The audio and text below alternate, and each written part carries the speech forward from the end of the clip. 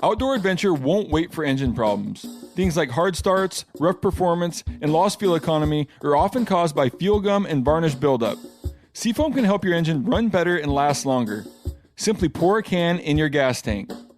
Hunters and anglers rely on Seafoam to keep their engines running the way it should the entire season. Pick up a can of Seafoam today at your local auto parts store or visit seafoamworks.com to learn more. There's nothing like snook hook sets at dawn or catching a tarpon in the moonlight. Find your next fishing trip made easy on fishingbooker.com and experience the magic of the Sunshine State or any other destination on your fishing bucket list. Book a blue water adventure in search of sailfish or go snapper fishing with the kids. With over 6,000 captains and trips to choose from, planning your next one just got a whole lot easier.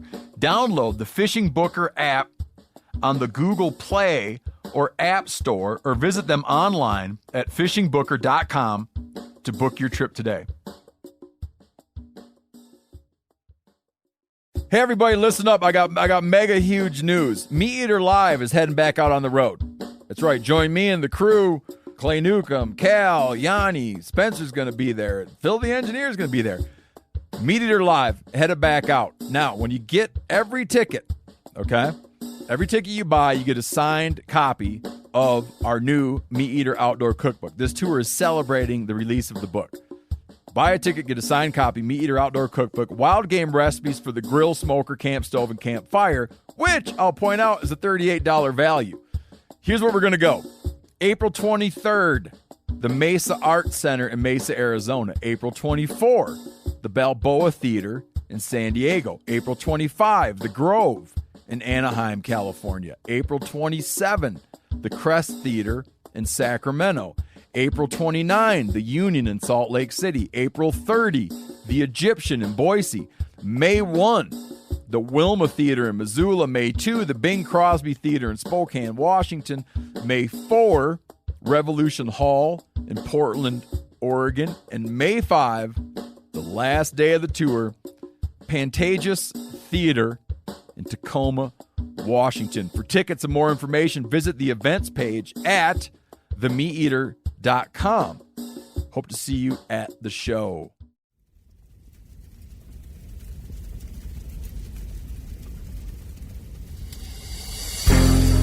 As a guide and hunter, I've spent thousands of days in the field. This show is about translating my hard-won experiences into tips and tactics that'll get you closer to your ultimate goal, success in the field. I'm Remy Warren. This is Cutting the Distance. Welcome back to the podcast, everyone. It is now one of the best months of the year. September, the elk rut will be kicking off. If you've got an archery elk tag, this is a great time. If you're just dreaming about having an archery elk tag, well, it's also a great time because there's going to be a lot of elk hunting content. It'll prepare you for whenever you hit the mountains, hit the trail, and get out and chase them. And a lot of these tactics that I talk about for archery season can kind of relate into other tactics as well throughout the season, some rifle stuff and things. Maybe not necessarily calling, but a lot of elk behavior things that you can pick up. So really excited about that. To kick off September, I say we're going to go to the mail sack. I got a lot of great questions about archery elk hunting in general, some of the previous podcasts. So we're going to jump right in and head to your questions. This first question comes from Chris. He says, you mentioned still hunting when it's slow for archery elk. Just wondering if you are in the zone. I mean, as in it stinks, not just like pee, but you can smell the actual elk itself. Are you knocking an arrow and release on the string, basically ready to shoot as you painstakingly creep 100 yards every 10 to 20 minutes kind of stuff? Or are you prepping for the shot once the shot is present? It seems like I never have more than 0.5 seconds to shoot, regardless of how slow I'm moving. Never have gotten a good shot still hunting elk in the timber.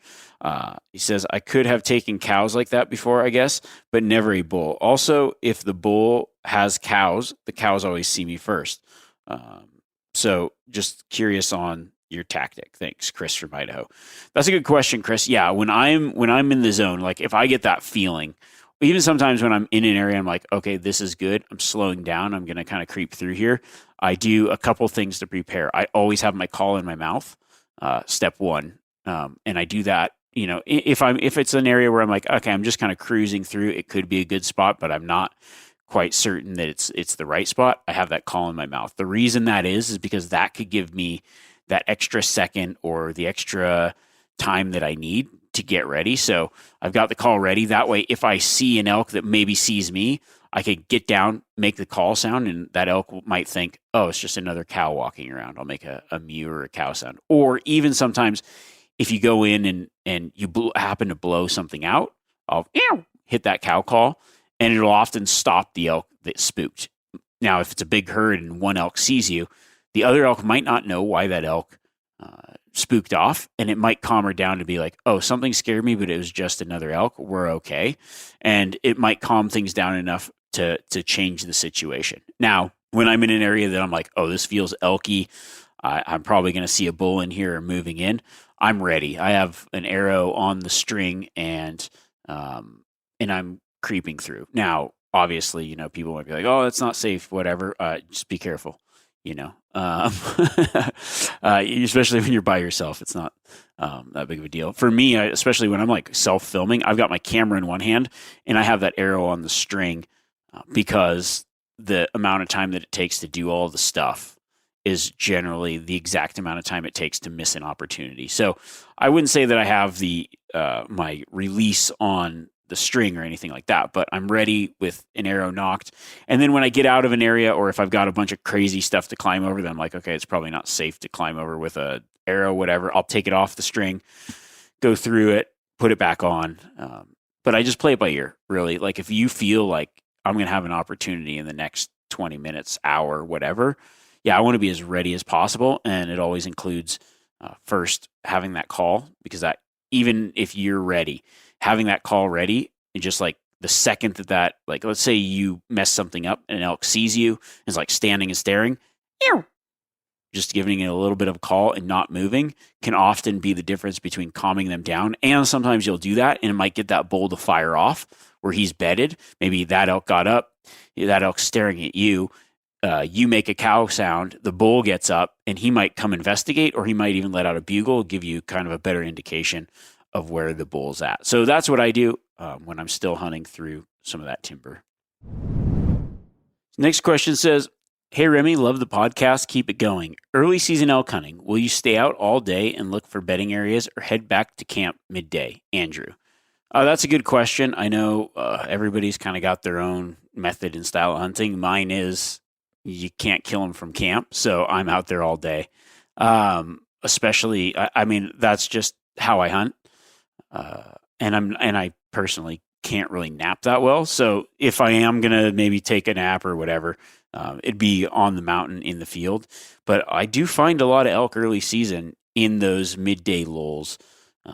What I'll do is I'll try still hunting through some potential bedding areas, or even just kind of checking out different water sources, looking for tracks and sign and things like that.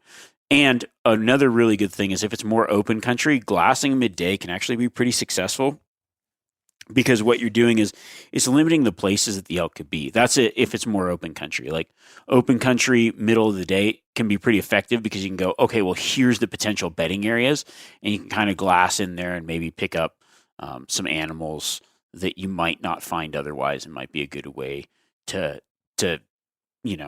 target in and get the hunt going. Now, there's other times where it's like, hey, you're hunting a small area, where the elk are, and you're just waiting for them to make their move in the mornings and evenings. Let's say you're hunting near home or something like that, and you've got time, you've got a whole season. Then yeah, maybe it's not worth burning out your time during the middle of the day. It's like, hey, you can go out after work, or you can go in the morning. It's a great idea to just kind of like attack those elk that you're chasing in the prime times for doing it, and not get super impatient and bump them around. So it really depends on whether you're like, if I'm in on elk and it's like, hey, they're being super active in the morning and they're being super active in the evening, and I know where they're at and I've got them kind of pegged, I actually will just pull out of that area, because otherwise I'll be sitting there getting way too impatient. Like, ooh, I should go try something stupid. So it just depends on the scenario. But for the most part, like if I don't know where the elk are, hunting's tough. I use every available minute to try to find elk and find success. This question comes from Ryan. He says, Hey, Remy, Ryan from Torrin, Wyoming. I was listening to your podcast yesterday about hunting in the smoke and had a question for you. The area we have elk hunted in the past, we were planning on hunting this year and had a big wildfire last year. Would it still hold elk, or should we give up on that spot for a year or two and try to let it recover? Do you have any tips for hunting the burn? Yeah, that's a really good question. I mean, hunting burns and elk can go hand in hand, and they can be really successful. A couple of things that I like to think about are, what time of year that fire burned. Was it like really late in the season? Is it winter range? Is it summer range? But outside of that, I would say even if a fire burned last year, yes, you'll definitely still find elk in there. I have found elk the year after fire many, many places. Now, what you want is, like, if you've got some good rains, even like some September rains, some later summer rains, what you're going to look for is that green up, that really high nutrient dense forage, because they'll go in there. It might not look like a lot of forage, but there's going to be that green up that comes up in some of those areas. And that's going to be super attractive to those elk. Now, one thing you want to think about is finding kind of fringes of the fire. So I don't know if I would avoid it, but what you're looking for is you're looking for places where it burned patchy. So like there's a burn and then there's a patch of live trees and then there's a burn. And something like that where they've got the cover in that burn, especially when it's fresh, it's going to be a lot more effective. Elk are highly fringe animals, so they're living on the fringes of cover and open, and that open's where they're going to feed, and that covers where they're going to bed and feel safe. So if you find a spot in that burn that has all those things, throw in some water, you've got a really good recipe for finding elk. And it makes it really effective too. Some areas that maybe you hunted before, that you're like, wow, that was really thick in here. You can now glass some of that stuff, and it kind of opens up a whole new spot to check out. One of the places that I'm hunting, it's a tag that I haven't actually hunted before, but there's a recent burn in there, very similar to this, and that's something on my list where I'm going to check out, just checking out the fringes of that burn map and trying to kind of cover those areas, and maybe potentially areas that were a little thicker to hunt where you couldn't glass, but now you're able to glass. So you might find that you turn up quite a few elk in some of the same places that you used to find elk before the fire. So definitely worth checking out. As the years progress, it'll get better and better, in my opinion. A couple years later, it'll start kind of peaking. And then, you'll see even after later on, 5+ years down the road, you're going to see a lot of benefits of increased populations from that burn. So fires are not always a bad thing when it comes to elk hunting. So check it out. Let me know how you guys do. And it's really fun to find elk in the burn because their antlers are so dark. They roll in that like burn mud that they wallow in. They just like look really dark colored and really cool. So that's something also when they're rubbing on burned antler, like their antlers on burned trees too, they get like really dark racks, which is pretty awesome. Okay. This question comes from Brandon. He says, "Hey, Remy. First, I wanted to say thank you for what you do and all the content you produce. I've been a fan since I discovered Solo Hunter about 5 years ago and have listened to all your podcasts multiple times. I just recently moved to Washington State and was curious if you've noticed any differences in behavior between Rocky Mountain elk versus Roosevelt elk, or if there are any different hunting/scouting tactics you use when going after Rosies versus Rocky Mountains. Any advice, info greatly appreciated. P.S. Awesome. Keep doing what you do." Thanks, Brandon. I really appreciate that. Yeah, when it comes to hunting different species of elk, I don't have a ton of experience hunting Roosevelt elk, but I do, I have hunted them and I have noticed a few major differences. Mostly the difference is in, their habitat and the way that they kind of interact with each other. So if you kind of think about, and this actually kind of pertains to really any animal in cover animals versus open country animals. So most Roosevelt elk country is pretty thick. It's more of that temperate rainforest. You've got a lot of water, you've got a lot of cover, maybe not as many openings. Generally, when you have that kind of terrain, the populations are a little bit smaller than maybe you'd see in like Rocky Mountain elk that get these giant, massive 100 elk like groups gathered up. And that's probably more of a factor of feed and habitat and other things, but also just the way that these elk act. Now, one thing that I found with elk or any animals that live in highly forested areas, they generally have a tighter home range. So things like if you kind of find their bedroom, they're going to be closer and tighter in that area, but it's a lot harder to kind of find that needle in a haystack in the cover. So whereas like Rocky Mountain elk, they might be in this one basin, this one drainage, and then they've got a circuit that takes them 5-10 miles away, whatever. They're more migratory, they move more. Whereas those coastal animals, they kind of have their patterns, and they're definitely more patternable. They're more like hunting, even hunting a blacktail, where it's like they've got a smaller area than compared to open country blacktails or whatever. So something to think about. So one thing that's really nice about that is you can kind of do your homework and you can kind of figure out, okay, this is where these animals are living. And then you can really focus in. Now your hunting tactics are going to be a little bit different because, you might not want to, like, it might take you a little bit longer to hunt that particular amount of country. Like it takes longer to hunt a small section of thick country. One thing that's really nice though is if they're making noise, that's kind of a dead giveaway. So hunting thick country can be awesome, and it's actually easier to call elk in my opinion, in thicker country when you get them fired up, because they can't really use their eyes from a distance to see you. So one hunting tactic is going to be using a lot of calling. Now, if you can use trail cameras, I'm not sure things are changing so fast, and I'm not hunting in Washington this year, so I don't really know about the rules on trail cameras, but if you can use them or whatever, finding those wallows, those other places, maybe even trails or areas where they're frequenting, and kind of trying to figure out some of these patterns that they might be using, that's always a good call. And then, just maybe even doing some stuff like think about the stuff that's kind of missing in their habitat. So in most Roosevelt elk country that's really thick, there's not a lot of openings, not a lot of feeding areas. They do find food where they can. But if you're like, hey, this is a really thick area, and then there's one opening, like maybe it's a clear cut, maybe it's something, that might be a place to kind of focus your attention. So you can kind of narrow down the habitat by saying like, oh, okay, here's a really good area. Here's a steep area where they might live. And here's a clear cut nearby where they might go out and feed. And kind of figuring it out that way is a good way and something to look for. This question comes from Tyler. He says, hey, Remy, Tyler from Spokane. Thanks for your insight on hunting in the smoke. This will be my first archery elk hunt ever. My neck of the woods has been quite smoky, but additionally, it's been unbearably hot. My question is it a good strategy to hunt for elk in canyons that bottom out to a creek? When it's hot, do the elk like to bed near a water source? And if so, what's the best way to hunt those areas? Thanks again for lending us your knowledge and making an entertaining podcast. Yeah, that's a great question, Tyler. So yes, I have found elk. Generally, where I find them is like in those, like you're talking like a creek bottom thing. So the best ones are where that creek kind of flattens out and creates like little mud puddles. So like wallow areas, grassy areas, maybe a little bit of an opening, not super open, and then maybe like some steep canyon where they've got that ability to be kind of near that water source, and then maybe some ridge up that comes down to it to bed. Generally what I find is like they'll be in and around that. They'll be watering, wallowing, whatever. And then oftentimes they'll go up and kind of bed up off of it where they've got the wind coming down at their backs and they can kind of see down below.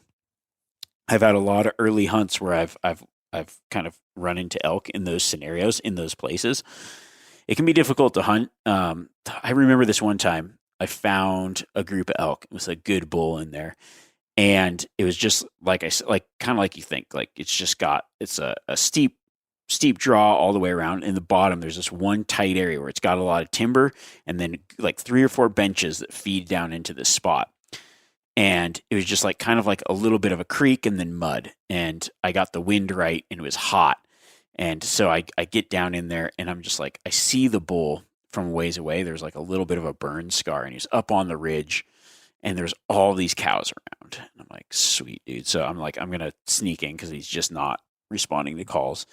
I get down in the bottom and I get that mud and I just covered my face and body with this like black shiny mud. And I'm just like literally crawling through the water with the wind in my face. And I was crawling past multiple cows, like 20, 30 yards, just bow on my back, army crawling through this sludge pretty much and like trying to stay in the brush and covered up. And got to pretty much like 80 yards from the bull. And I'm thinking, okay, I'm just going to wait for him to move down to me. Got set up, just like waiting. And I crawled past probably 15, 20 cows. And of course, he gets up, a bull bugles above him, and then he just walks away. And that was the extent of that stalk. But I always remember that stalk as just being pretty crazy, how I was like able to crawl past some cows.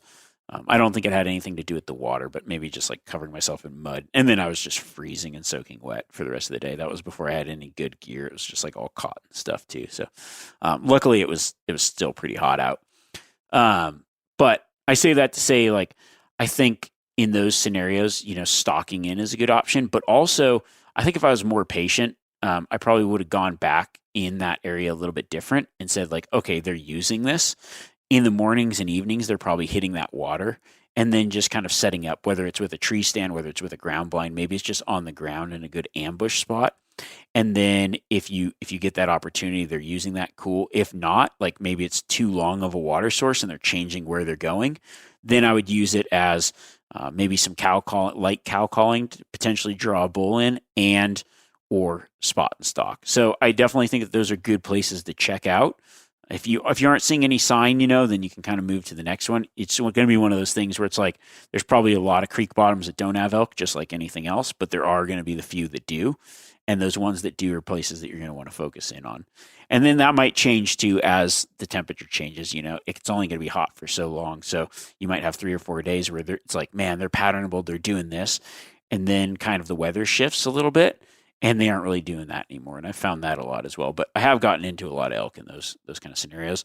It seems, though, that they do end up kind of hitting them in the morning or the evening or whatever, and then moving up and bedding up on benches above it. All right, this next question comes from Justin. He says, hey, Remy, just finished your most recent podcast and thought I'd ask a question regarding elk hunting. He says, I live in Utah and currently have an archery spike or cow tag. He says, I found 2 spikes and watched them feed for about an hour, but could never get closer than 80 yards. I eventually spooked them and was curious what the best steps are to proceed when trying to hunt elk that have been spooked. Any advice would be appreciated. Yeah, that's a good question. First off, it depends how they were spooked. If they winded you, you're best just to probably kind of like hang back, chill out, and re-find them. Now, if it was like they might have seen you, they might have heard something, I always, like I've mentioned it before, I always have that call ready, and I hit that cow call. One thing I've noticed with spikes, like if you get in with spikes, they're pretty easy to call in using cow calls. So if I have a spike tag or something like that, I find a spike, I'll get into that 80, 90, whatever yards, and then I'll open up some soft cow calling. Oftentimes those spikes will just kind of come in quiet to investigate, like, oh, hey, let's join up with this group. Let's see what's going on. Like just kind of more out of curiosity. Now, of course, like spot and stalk's a great way to get in on animals. So if you're like, oh, I can definitely sneak in on these, it's worth it. But if you maybe think, oh, okay, I ran out of cover, I maybe don't know where they are, I lost them in the bedding, getting back, being patient, and just throwing out a few cow call sequences, just ew, ew, ew, and then waiting a while and just a couple of ew, little bit of cow calls, like, oh, maybe there's some cows over here bedded. Oftentimes they'll get up and come check it out. So that's what I would do. Now, if it's like, hey, they ran over the ridge, oftentimes I will pursue in some way as long as the wind's good, or get my wind right to make kind of a reapproach. But I think a lot of people think elk run away and then they're just gone forever, and that's not always the case. I have spooked many elk and ended up killing them. You hate to spook elk, but you can often find them again. They don't go as far as a lot of people think, in my opinion. We've all seen plenty of gadgets and fads come and go, but here's one product that stood the test of time: Seafoam Motor Treatment. Lots of hunters and anglers know that Seafoam helps engines run better and last longer. It's really simple. When you pour it in your gas tank, Seafoam cleans harmful fuel deposits that cause engine problems. I'm talking common stuff like hard starts, rough engine performance, or lost fuel economy. Seafoam is an easy way to prevent or overcome these problems. Just pour a can in your gas tank and let it clean your fuel system. You probably know someone who has used a can of Seafoam to get their truck or boat going again. People everywhere rely on Seafoam to keep their trucks, boats, and small engines running the way that they should the entire season. Help your engine run better and last longer. Pick up a can of Seafoam today at your local auto parts store or visit seafoamworks.com to learn more. There's nothing like snook hook sets at dawn or catching a tarpon in the moonlight. Find your next fishing trip made easy on fishingbooker.com and experience the magic of the Sunshine State or any other destination on your fishing bucket list. Book a blue water adventure in search of sailfish or go snapper fishing with the kids. With over 6,000 captains and trips to choose from, planning your next one just got a whole lot easier. Download the Fishing Booker app on the Google Play or App Store or visit them online at fishingbooker.com to book your trip today. You ever get that feeling you're stuck inside staring at screens and a primal urge kicks in? You crave wide open spaces, fresh air, the chance to connect with the land. Well, maybe it's time to find your own piece of the wild, but searching for property can be a maze. That's where Land.com comes in. They got millions of listings across the country, from mountain ranches to hidden fishing holes. Their search tools are like a seasoned guide helping you narrow down what you want. Land.com isn't just about buying and selling. It's about finding a place to hunt, fish, explore, or simply sit by a campfire and listen to the crickets. So head over to Land.com today to turn one day into today, because trust me, there's nothing quite like the feeling of standing on your own piece of earth. Okay, this question comes from Brandon. He says, "Hey man, love the podcast. You do a great job. I've got a question for you. This is my second year bow hunting elk by myself in southern Colorado. Last year was a very cool experience being the first time. I could get bulls to answer on the cow call and bugle, but feel like a rushed, walked into both opportunities that I had and busted it both times I had groups of cows with them. I guess my question is it better to try to advance on the elk talking back or sit and wait for him to come to you? Thanks in advance." 100% of the time, I would say it's better to advance. Now, I think the failure wasn't in advancing, it was just in the way that you advanced. So you kind of have to assume that when an elk is calling, he's got other cows with him. And that's what I generally do, unless I see that it's a lone bull. I'm always assuming that that cow has multiple sets of eyes. Now, when you're moving in, it's one thing, like it's the way that you move in. Obviously, you're getting the wind right, but you're having your head up on a swivel, looking around. Like I kind of take it as like I'm still hunting and stalking in on this animal that's making noise. And over time, you'll learn that you can do that pretty quick and what you can get away with and what you can't. Now, let's say you get in and you've got that call ready. A cow spots you. You hit that call and you kind of freeze, and you wait for that cow to calm down. And then you can back out or move around. But you always want to kind of have your head on a swivel and be expecting that there's going to be a lot of things looking out for you. But if you always sit back and wait and you don't know what the scenario is, whether that bull has cows or not, then you're probably going to be sitting and waiting for a long time. You might, a different elk might come in or whatever. But if you're a long ways away and that bull's calling and you're calling, it's very unlikely that bull is just going to walk to you. It does happen. I've had it happen, but it's not the norm. If you want to be consistent in calling in and killing elk, you have to get within their kind of comfort zone, and you have to incite them and give them a reason to come to you. And so that means you got to go to them. And that's the way that I play it. All right. This question comes from Elon. It says, "Any tips for altitude sickness prevention while elk hunting coming from near sea level in California?" Yeah, I've said this multiple times in different Q&As, but I think it's always worth mentioning. I mean, what I do, I'm fortunate. I live at fairly high elevation, but I even do this when I'm like, I know it's going to be a tough hunt. I use Wilderness Athlete Altitude Advantage. It's, I swear by it. I mean, it's like I've had friends that come from sea level hunting in 10,000 foot mountains. I'm like, here, use this. And what I do is, so I pregame with it. I take like 2 pills the first 5 days before I go. It's a natural vitamin. There's natural stuff in there. What it does is it just increases your body's ability. It's almost like I don't know. I guess it's like legal blood doping. I feel like it's just like my secret weapon. But it seems to be more of like a vasodilator, where it's like, it just allows your blood to process that oxygen a little bit better. And one thing, like altitude sickness is serious, and it can happen. It doesn't have to happen at super high elevations, especially if you're like, you get out there and then you start hunting hard. You do want to try to, like, if you got The acclimation process is really hard because it takes a lot longer than people think. But you'll notice, like, generally, if you come from sea level and you're hunting maybe 7,000 foot mountains, you're going to be fine. After a few days, your body just kind of gets used to it. But I use that altitude advantage, so I kind of pregame with it. And then when I go into high mountains, then I take it on the hunt with me. So I put some in a baggie and then just take 2 to 4 per day. When I'm hunting. Last backpack hunt, I did that on. I mean, I've gone even like mountains, 14 plus, 14, 15,000 foot mountains in Central Asia, and used it and had no problems. And I didn't personally see any like major lag in performance. So that's one of the reasons that I swear by it. Like, I've had like prescription for Diamox, which is, if you get pulmonary edema and things like that, like something you would take, or you can even take just for effects of altitude sickness, but it's more of a medicine, not like a prevention. And everybody that's been on the trips with me, I've recommended it and seen like nothing but really good performance out of it. So since I've started using that and recommending it to people that have used it, like, we've seen the amount of altitude sickness that hunters, like whether we're guiding or whatever, encounter go way down. Just my personal case study, I don't know.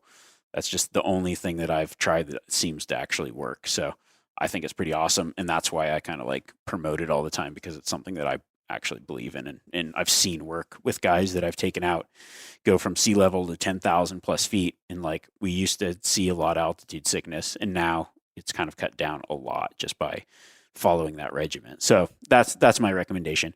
Then of course you can do any kind of like I don't know. I mean, now everybody's wearing masks. Everybody's ready for like altitude now, just doing stuff with masks on. But I have used those training masks before in the past. I don't know if it helps.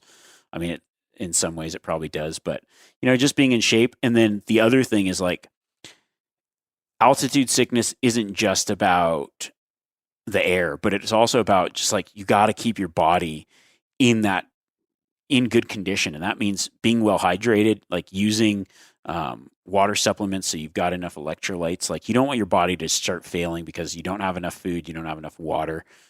That's generally what happens. Is like, it seems like the bigger, older guys like generally get altitude sickness less than the guys that are really in shape, because the guys that are really in shape are like, yeah, I'm just going to charge up the mountain. And it's like, I'm charging up the mountain, I'm doing my things like I normally do. I'm not drinking any water. I hardly had any snacks. Day 2, I feel like crap. And it's because your body's just overworked and underfed. So that's something you want to think about as well. Question says, hey, Remy, been enjoying the podcast for a couple of years now. Always loads of info. For my first time venturing into the Elkwoods, we're heading into Southwest Colorado. My question is, how do you handle pressure from other hunters? How much does this change how you hunt a certain area? Do you try and anticipate where the hunters will push the elk or stick to the staples? Example, a nice north-facing benches, but seems like they're easily accessible and could be the first place hunters try to target, or go to the south-facing benches. It's thicker timber, but could be a good hiding place for elk to get away from the pressure. Ryan from St. Pete, Florida. That's a good question. A lot of places that I've hunted elk have a lot of hunters, and that's just kind of part of the game. I kind of do a few different things. So the first thing that I consider is, well, one thing is, I mean, me personally, when I see other hunters, I generally don't get worried, because I know that a large majority of those hunters don't know what they're doing.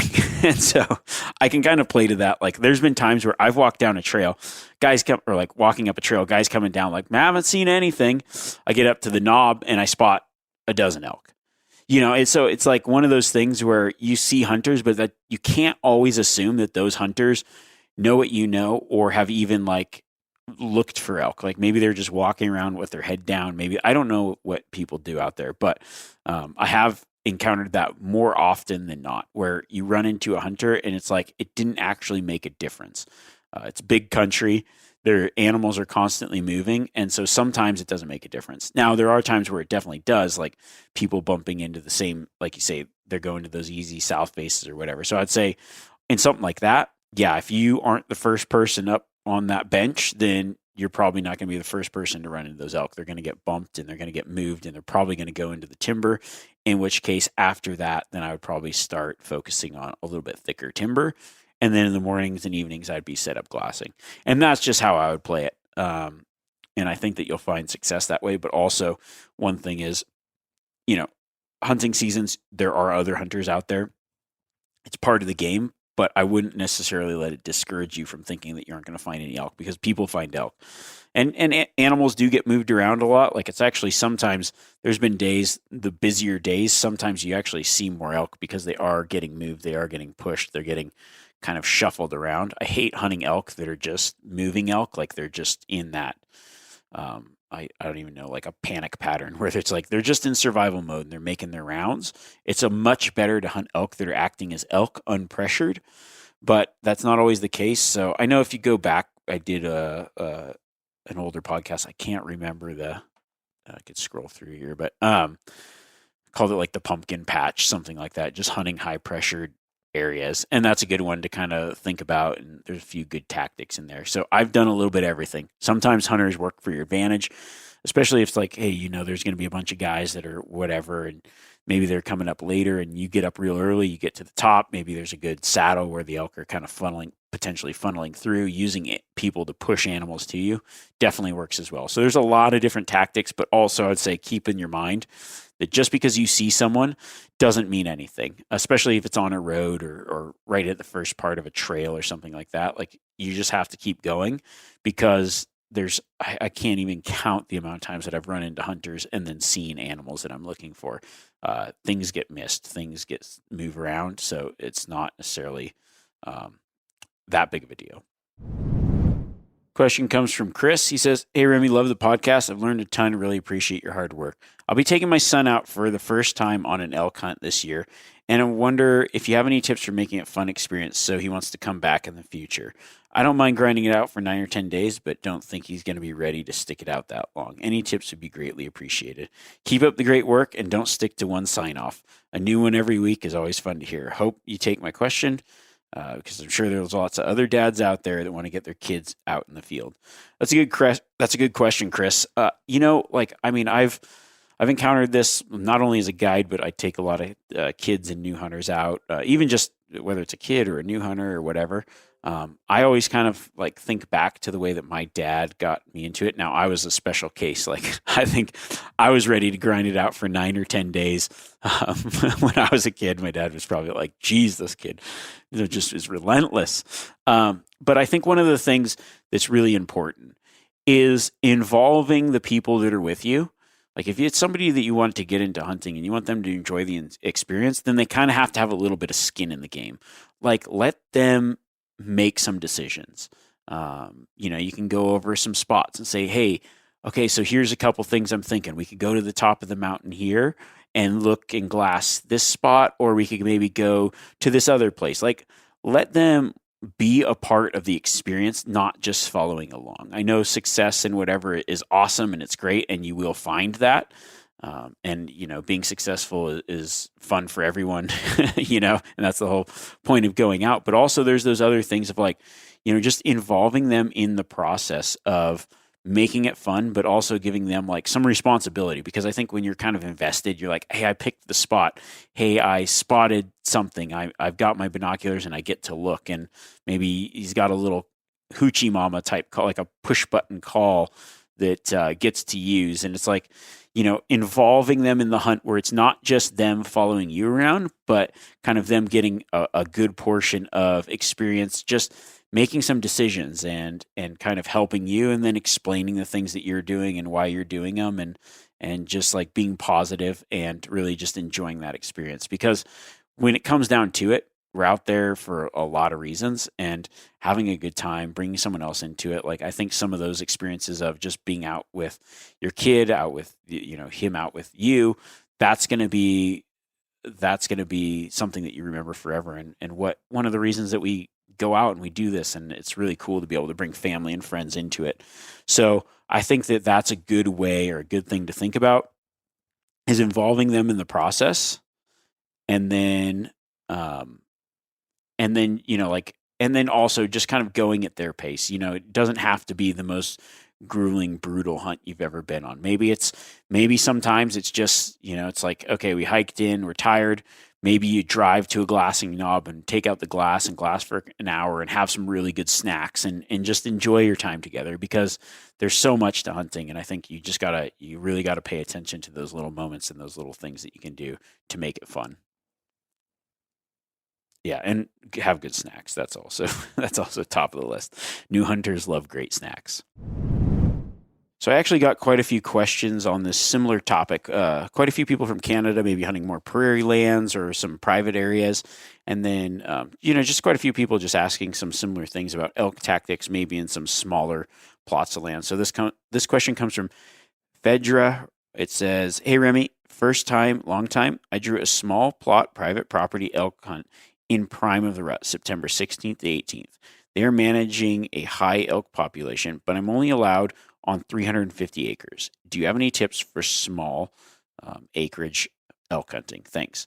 So that's a great question. I have had some opportunities to hunt some more smaller areas, and also sometimes I'll hunt even public land areas that are right on the fringe of private property. So maybe you're hunting near private and you've got 200-300 acres where the elk come off and they use this particular area, and then they get blasted right into private property. Same as if you've got a small tract of private land. Some of the tactics that you're going to use are going to be a little bit different, because what you're trying not to do is pressure those animals somewhere else. Now, it also depends on the type of area that you're hunting. Maybe there's something on that property that's like it's a magnet to the elk. Like if that 350 acres is the only alfalfa pivot in the entire area, there's going to be elk on there day and night no matter what. It's just like they like the feed there. They're going to keep moving in. But you also aren't going to want to just run them around and kind of push them so much. So in those particular instances, what you're going to want to do is try to kind of take a less aggressive approach. I would say my hunting style for elk is quite aggressive in most places. But when it's an area like that, then I be a little more patient. I find those opportunities where it's like a high success opportunity. So maybe, and it doesn't even mean that you have to sit and wait. Like 350 acres doesn't seem like a lot when you could travel around a lot of elk country other places, but it also is plenty of country to kind of hold elk and have a hunt. So a couple of things that I think about, like let's say you're calling and you want to hunt a bull that's fired up, I would kind of wait. So I would call, bugle, and I wouldn't go like in a normal hunt. I maybe would chase certain bugles. In that particular instance, I would wait until the bull's super fired up, and I'd be ready kind of in the position and try to pattern the animals of like, okay, here's the meadow or the area that they like, or maybe they're just passing through, kind of like figure out the ebb and flow of the area that you're hunting. I've done this many times where it's like, okay, here's a spot that I'm hunting near private, and I could go in there and chase every bugle, or I could wait until I've got 3 days and I can wait until that bull is really fired up and I can probably call him in. So that's one thing that I think about is using the tactic that's most likely to gain success. Now, another thought is like find the wallows, find the feeding areas, even potentially use decoy or set up an ambush in travel areas. Like maybe there's a good trail that they're using. They're coming onto the property, they're feeding, they're moving around. Like you can kind of still hunt that or be set up in the mornings and the evenings in places that they frequent. So it's like the elk are kind of moving towards you and you can kind of stalk in toward them. So using those kind of tactics where you're using a little bit of patience and kind of playing that chess game of, okay, here's a really high percentage opportunity. Now's when I'm going to go. And then those really low percentage opportunities, maybe when the animals are right on the corner and they're moving away, not necessarily like, or the wind's bad, like taking your time and picking those really high percentage opportunities is a great way to kind of hunt smaller parcels or pieces of property. All right, this next question comes from Dan Dotson. He says, do you put any emphasis on moon phase? Example, if I only had 1 week to hunt elk, would that factor into your planning on when to go to give yourself the best opportunity? That's a really good question. I actually was doing the Vortex podcast. They did like an elk Q&A this week. And that was one of the questions that I definitely put a lot of time into. And I'll kind of paraphrase some of the things that I said. But one of those was the moon absolutely plays a factor in elk hunting and the amount of elk activity during the day. Now, there's people that go, oh, well, the moon, that like, you got to understand what that moon means. I don't think it's not a factor of it being a full moon. Like the fact of the moon and its shape and size and whatever doesn't necessarily play into it. What it is the amount of light that that moon can emit at night. So you got to think about like elk and the way that they're rutting. And if it's hot out, like a lot of it has to do with weather and temperature. So if you've got a cold snap in the middle of the rut, right, they're going to be in, like, say, no moon. They're going to be rutting and making noise and doing all their business during the day because it's safer. They can't really see too much at night, and it's cool. Now, if you think about a week where it's a full moon, right, and maybe you've got warmer weather, so they're going to be like, it's warm out, but what happens at nighttime? Temperatures drop. Like when you're in the mountains, nighttime, even if it's 100 degrees in the middle of the day, it's going to be pretty cool at night. So it's like, oh, yeah, we're going to be running around chasing cows. Let's do it when it's cool. Oh, and hey, the moon's out so we can see. Perfect. That's a great time to run around and do all our running. And then what's going to happen is during the mornings and evenings, they're going to be pretty quiet. They're going to be kind of wore out. They're going to have kind of done their thing. Now, I say that to say, if it's a full moon and it's cloudy out, you don't have that light. You don't have the same amount of light. So it's not going to be the same as a full moon clear night. So the moon does play a factor, but it also kind of plays into temperature and other things. So as a guide, I hunt every day of the elk season, 10 weeks, archery through rifle. It doesn't matter the moon phase, the whatever, we hunt every week. And I would say over the years, we have kind of generally the same success. But I will say that during full moons, when it's clear out, it's way harder to find elk. Or at least just get encounters and interaction. It's like those times where, I mean, you might even see it. You might pack into an area. You don't hear any bugles in the daytime. And then at night, you're just hearing screams all over the place. So I think that the moon does play a factor. Now, here's the caveat to that is like, sometimes that full moon just lands in a crappy time, peak rut, like right in the middle of September. So guys are like, well, I'll go hunt the moon phase. I'll go hunt the first week of September. Well, if it's smoky and hot, you are way better off hunting a full moon during a better week when you might get better weather than hunting earlier with no moon. Now, on the flip side of that, you might get no moon early and have cool weather. Then that's a great time to hunt because some of the bulls will be split off on their own. They might be more receptive to coming into calls. So yes, moon plays a huge factor in my planning, but I also look at other things as well, if that makes sense. I maybe would just have to do like a full podcast on all 50,000 scenarios and give you like a good matrix of how to break it out. But I think that's an incredible question and definitely something you want to think about. I appreciate all the questions. This month, I'm going to focus a lot of our podcast topics on elk and elk hunting. And if you got more questions or whatever, feel free to always shoot those over. The next couple of weeks, we'll talk about some calling stuff, some focusing on maybe some spot and stalk. That's probably one of the best tactics for big bulls would be sneaking in, whether it's rut or not.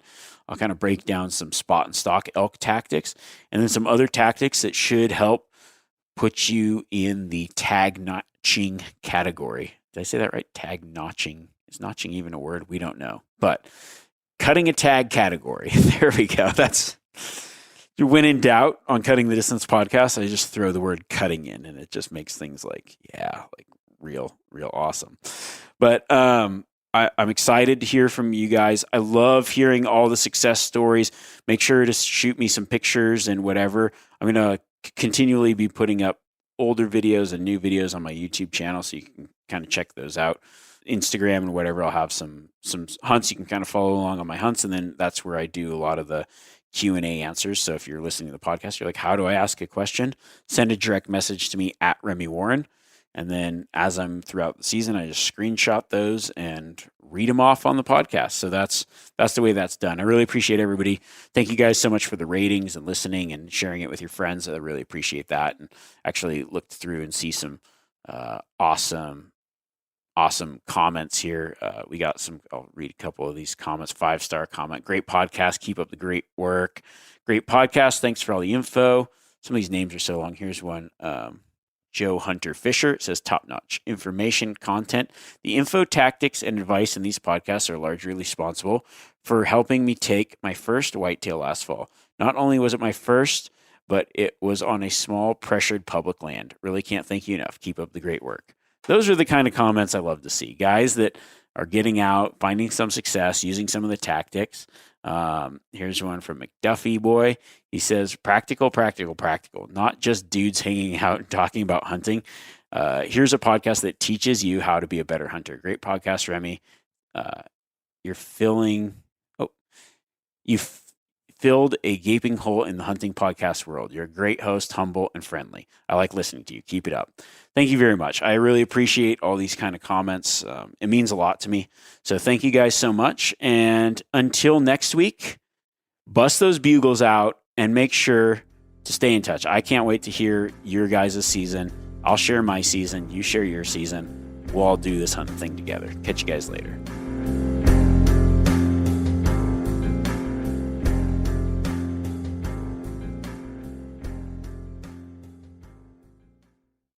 Outdoor adventure won't wait for engine problems.